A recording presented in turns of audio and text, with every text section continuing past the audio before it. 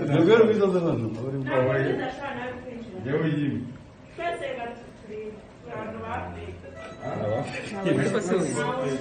zinashiramo ntabwo zishobora gushira nabonye uburyo bwo kuzizana izo zose nizo Munda ye na hano zirimo nizi nizi. ndetse ni gute zitaperifuye Ntabwo ziterefera. zera obstruction Izi ntabwo zigira sucking ikintu bita teniasolium niyo ipfumura.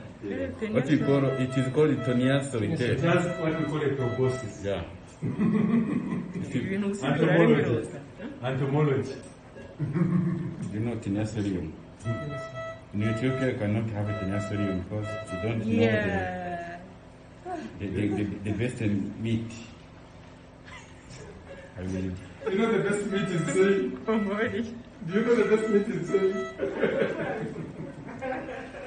ibi bintu ngenzi abantu ngiye kujya nywesha imiti kubera aka kavidewo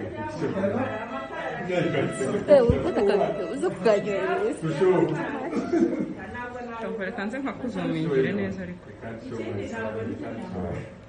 It's weird. We are going to talk to run. Yeah? Yeah, we are going to see detail, right? The clinical chart. izo zose nizo hano zirimo ndetse yaryaga bikagera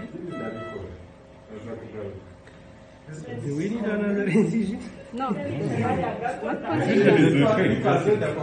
ufite kare urabona ukuntu imana yaranje If there is no agize serous ibibazo injury byo in muri the jineko disease management, kugira ngo iki ngiki kigaragare Urumva bino bintu yabigize ataranamubaga. She must have had this even before surgery. yes, that's what it is. So she had her Just family. as diagnosis. it's a reading code. That's why I'll try to ask if there is a reading code. Because birthright is not common in others. It's fine. For us, it was picking the manipulation, but